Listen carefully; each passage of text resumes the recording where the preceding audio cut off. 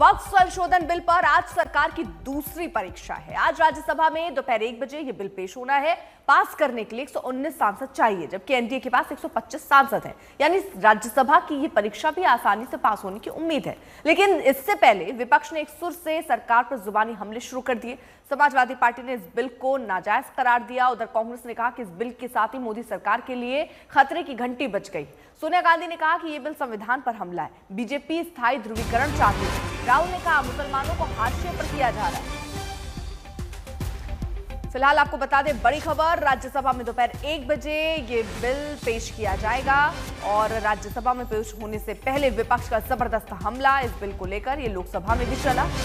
जब कल लगभग 12 घंटे ये चर्चा चली, फिर वोटिंग और करीब रात 2 बजे तक वोटिंग का सिलसिला चला और लोकसभा में ये बिल पास हुआ। उसके बाद अब राज्यसभा की बारी है। राज्यसभा में ये बिल दोपहर 1 बजे पेश किया जाएगा।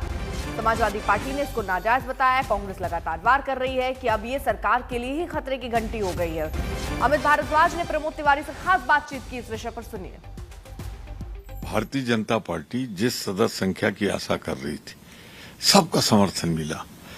जेडीयू का, टीडीपी का, चिराग पासवान का, मांझी का और जो छोटे छोटे कहां पहुंचे 288, 272 से सिर्फ 16 आ गए। तो इस सरकार की खतरे की जो घंटी थी अब घंटा बन गई। किसी भी समय इस सरकार को अल्पमत में आना पड़ सकता है। इन पर निर्भरता उनकी बढ़ेगी, उनकी जो शर्तें हैं उनको मानना पड़ेगा। शायद बहुत दिन ना चले। तो हमारी रणनीति तो सफल रही। हमने एक्सपोज कर दिया कि जो लोग बात करते थे कुछ पर्दे के पीछे, कल खड़े होके उन्होंने जिस ढंग से समर्थन दिया है भाजपा को, अब अपने मतदाताओं के सामने क्या सफाई देंगे, ये एक सवाल हो। जी, लेकिन सर आप लोग एन फैक्टर पे बड़े डिपेंडेंट थे। नीतीश नायडू, बिहार में चुनाव होना है और कल ललन सिंह जदयू के एमपी हैं, केंद्रीय मंत्री हैं, उन्होंने कह दिया कि बिहार में नीतीश कुमार ने सेकुलरिज्म स्थापित किया और देश भर में प्रधानमंत्री नरेंद्र मोदी सेकुलरिज्म का झंडा लेके आगे बढ़ रहे हैं। मैं सिर्फ इतना कहना चाहता हूँ, ललन सिंह जी, लगता है आपके प्रेरणा स्रोत आरसीपी सिंह है। उन्होंने भी मोदी के मोह पास में बंद के ऐसे ही कुछ किया था। क्या हास हुआ उनका। मैं समझता हूं कि अब जेडीयू में दूसरे आरसीपी सिंह, ललन सिंह पैदा हो रहे हैं। कल तो जिस तरह वो बढ़ चढ़ कर बोल रहे थे, लग रहा सीधे नागपुर से आए। मैं सिर्फ इतना कहना चाहता हूं और बहुत जिम्मेदारी से कहना चाहता हूं, समर्थन देते लेकिन इस तरह अपने आप को शरणागत न होते। तो अब ये लड़ाई सरकार वर्सेस विपक्ष की चल रही है। सरकार अपनी सफाई में और जिस तरह ये सोच के साथ बिल लाई है उसको सामने रख रही है, वहीं विपक्ष इस पर निशाना साध रहा है। अगर एक ऐसा संशोधन लाया जा रहा है जो उस वर्ग के गरीब लोग हैं उनको मुख्य धारा के साथ जोड़ता है, तो इसमें तकलीफ क्या है? दिक्कत यह है कि जस्ट बिकॉज एनडीए लेके आ रहा है, प्रधानमंत्री नरेंद्र मोदी लेके आ रहे हैं, तो ये गलत ही है। और हर बार सिर्फ इसका विरोध इसलिए करो क्योंकि एनडीए की सरकार लेकर आ रही है। और विरोध करने का तरीका आप तथ्यों पर कीजिए ना। आज मुझे बता दीजिए कितने ऐसे विपक्ष के सांसद हैं जिन्होंने तथ्यों की बात की। उन्होंने सिर्फ एक जनरलाइज स्टेटमेंट दिया कि मुसलमानों के विरोध में है ये सरकार, मुसलमानों को खत्म करना चाहती है, मुसलमानों को हाशिए पे फेंकना चाहती है। काला दिन है ये, इतिहास में लिखा जाएगा। हमारे अधिकारों के ऊपर पूरी तरीके से कुठाराघात है और हमने बार बार चेताया कि आप जो बात यहाँ बोल रहे हो, आप कह रहे हो कि हमने वक्फ बाई यूजर को खत्म कर दिया, लेकिन वक्फ बाई यूजर के अंदर एक शब्द लगा करके सिवाय उन संपत्तियों के जिन संपत्तियों के ऊपर सरकारी कब्जा सरकारी ना हो, मतलब कब्जा सरकार का ना हो या वो विवादास्पद ना हो। और उसके लिए सबसे बड़ा उदाहरण उत्तर प्रदेश है। उत्तर प्रदेश में 14,500 हेक्टेयर में से 11,500 हेक्टेयर लैंड वक्फ की जो थी उसको सरकारी संपत्ति बनाने का काम किया गया, उसको विवादित करने का काम किया गया। हम उम्मीद करते हैं कि अब आने वाले दिन में एक खुशहाल वक्फ बोर्ड का दृश्य होगा। इन्हें की जमीन हड़पो नहीं बल्कि गरीबों को जमीन पर हक मिले। मैं सबसे पहले दाद देना चाहती हूँ इस बिल के टाइमिंग की कि अभी ईद की रौनक बुझी भी नहीं थी और हमारी जड़ों पर एक नया फरमान लाया गया। पहले उत्तर प्रदेश में मुसलमानों को नमाज पढ़ने पर रोक लगाई और फिर सौगात में ये बिल लाया गया। निसार में तेरी गलियों पे है वतन, जहाँ चली है रिवाजो गैर, कि कोई ना सर उठाकर चल सके। वक्फ बाय यूजर सिर्फ वक्फ बोर्ड को ही मिली कोई खास सौगात नहीं है, ये बल्कि सभी अन्य धार्मिक ट्रस्टों को परंपरा और यूज के आधार पर बिना किसी डॉक्यूमेंटेशन के धार्मिक चरित्र को डिक्लेयर करने का राइट मिला हुआ है।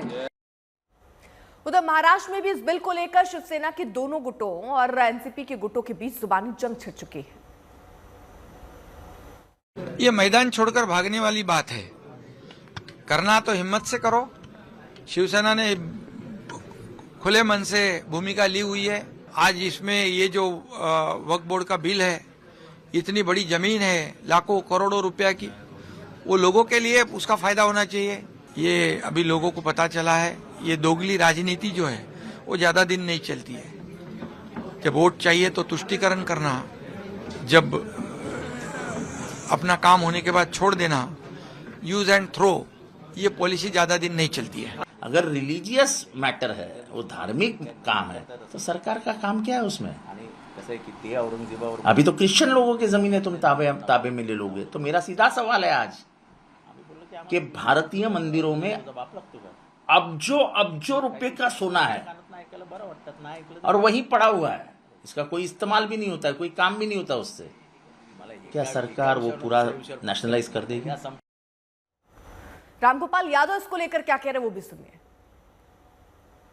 जो कल हमारा रुख था वो आज भी है। वक्फ बिल को हम बहुत ही नाजायज एक बिल मान रहे हैं। देश की जितनी जमीन है बड़े बड़े उद्योगपतियों को दे दी, अब मनसा है उन्हीं उद्योगपतियों को ये जमीन देने की। मोदी सरकार ने अपने तीसरे कार्यकाल में 237 दिन के भीतर वो काम कर दिया जिसे लेकर विपक्ष को लगता था कि लोकसभा में बहुमत से दूर बीजेपी ऐसा नहीं कर पाएगी। 8 अगस्त 2024 को वक्फ संशोधन बिल संसद में पेश करके देश भर में संसदीय प्रक्रिया के तहत चर्चा करके उसी वक्फ संशोधन बिल को मोदी सरकार लोकसभा में पारित करा चुकी है। और इस पूरी प्रक्रिया में नीतीश कुमार और चंद्रबाबू नायडू की पार्टी चट्टान की तरह मोदी सरकार के साथ खड़ी दिखी। बहुमत से अपने दम पर बीजेपी दूर, पिछली बार के मुकाबले खुद की 63 सीट लोकसभा में घटी। सरकार 14 सहयोगी दलों के 53 सांसदों के समर्थन के भरोसे, नीतीश नायडू जैसे सहयोगी मुस्लिम वोट के पैरोकार, लेकिन फिर भी न मोदी सरकार रुकी न झुकी। लोकसभा में वक्फ बिल पेश भी किया, साथियों का खुलकर समर्थन हासिल किया और इतिहास रच दिया। एक सदस्य ने कह दिया माइनॉरिटी इस कानून को स्वीकार नहीं करेगी। क्या धमकाना चाहते हो भाई? संसद का कानून है, सबको स्वीकार करना पड़ेगा। स्वीकार नहीं करेंगे मतलब क्या है? कैसे बोल सकते हैं कोई हम कानून को स्वीकार नहीं करेंगे? एक कानून भारत सरकार का है, हर एक पर बंधन करता होगा और इसको स्वीकार करना पड़ेगा। क्या एक बिल से मोदी सरकार ने देश में धर्मनिरपेक्षता की राजनीति का गणित बदल दिया? क्या एक बिल से मोदी सरकार ने दिखाया कि मुस्लिमों को डराकर वोट की सियासत नहीं चलेगी? क्या एक बिल ने बता दिया कि मुस्लिमों के हित में बदलाव का मतलब सेक्युलरिज्म का विरोध नहीं होता? क्या सरकार ने दिखा दिया कि सीटें घटने से संसद में आक्रामक फैसले लेने की गति नहीं घट जाती? क्या वक्फ बिल पर मुहर के साथ अब देश में सियासत की नई सेक्युलरिज्म वाली परिभाषा देखी जाएगी? इससे देश की सेकुलर इमेज को बहुत धक्का लगेगा। भाई ये पैसा जो है देश के गरीब मुसलमान का है, ये गन्ना सोटों की चोरी के लिए नहीं। मैं पूछना चाहता हूं कि आपके लोकसभा में कितने एमपीज अल्पसंख्यक हैं? पहले उसका विवरण दीजिए और फिर हमें बताइए कि आपके दिल में कितना संवेदना है।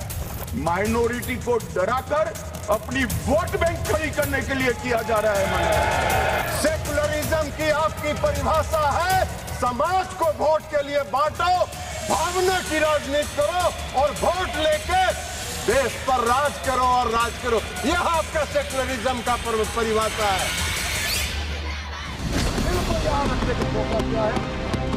धर्मनिरपेक्षता का चश्मा लंबे वक्त से बीजेपी और बीजेपी सरकार के फैसलों के खिलाफ पहनकर विपक्ष खुद को सेकुलरिज्म का सियासी चैंपियन दिखाता रहा।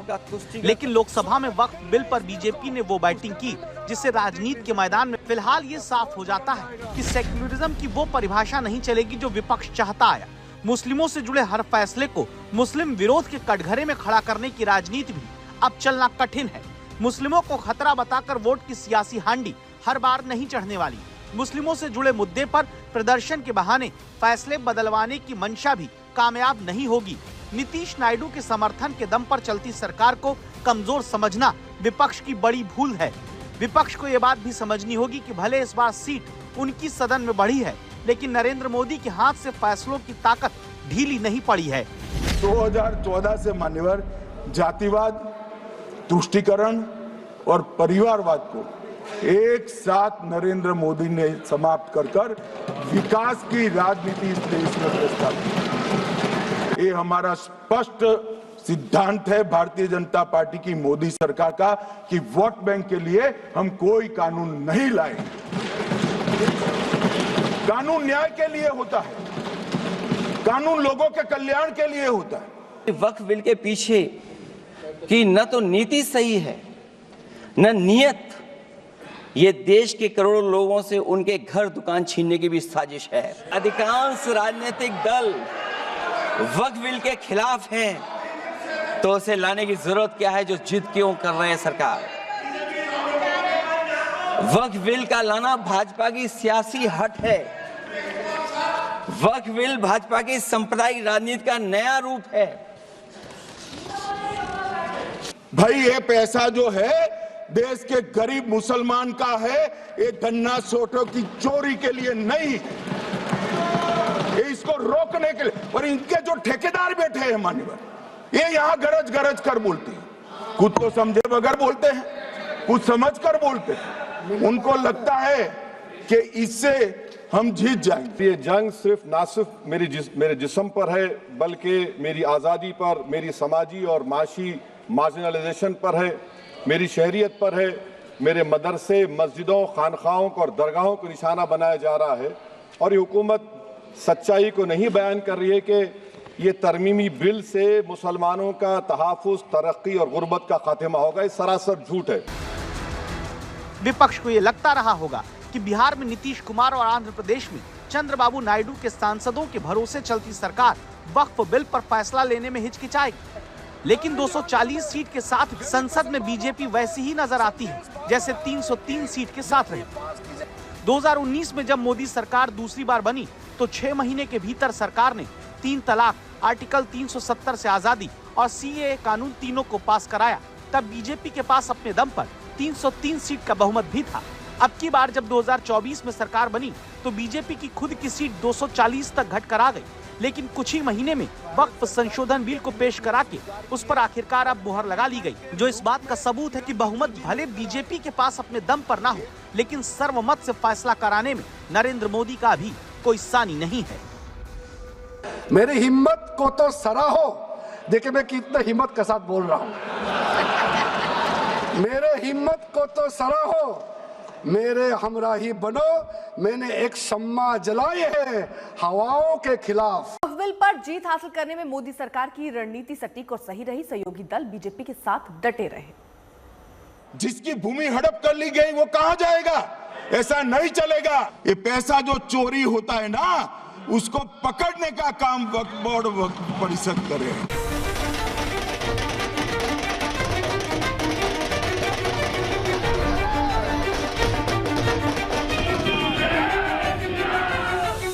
मोदी सरकार ने मजबूती के साथ एक और कदम बढ़ाया और वक्फ सिस्टम में बड़े बदलावों की नींव रख दी। नंबर गेम भी सरकार के साथ था और सहयोगियों के समर्थन के साथ साथ सड़कों पर भी मोदी सरकार के इस कदम को लेकर खासा समर्थन दिखा। बीजेपी के कार्यकर्ताओं के साथ साथ आम आदमी और कई संगठन भी वक्फ बिल का समर्थन करते दिखे। दिल्ली में देखिए कैसे मुस्लिम महिलाएं प्लाकार्ड लेकर खुशी जता रही थी और मोदी का शुक्रिया अदा कर रही थी। कुछ इसी अंदाज में भोपाल में खुशी मनाती महिलाएं नजर आईं। बिहार में भी बीजेपी के अल्पसंख्यक मोर्चे ने बिल का समर्थन किया और खुशी मनाई। पॉलिटिकल प्रेशर बनाने वाले लोगों को मुंहतोड़ जवाब दिया है। वक्फ बोर्ड के पैसा को खाने वाले लोग के दुकानों में ताला लग जाएगा। कोलकाता में जश्न पर भी विवाद का साया पड़ गया। कुछ बीजेपी कार्यकर्ताओं ने जश्न मनाना शुरू किया कि पुलिस ने आकर रोक दिया।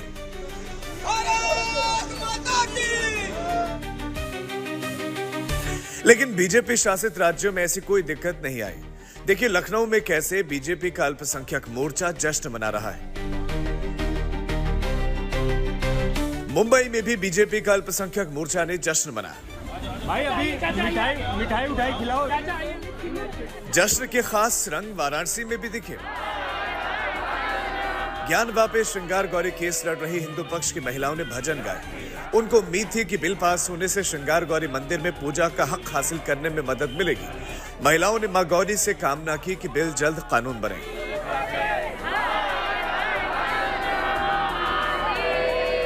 जो असीमित अधिकार देता था वक्फ बोर्ड को किसी भी संपत्ति को वक्फ संपत्ति घोषित करने के, उसको भी खत्म किया गया है।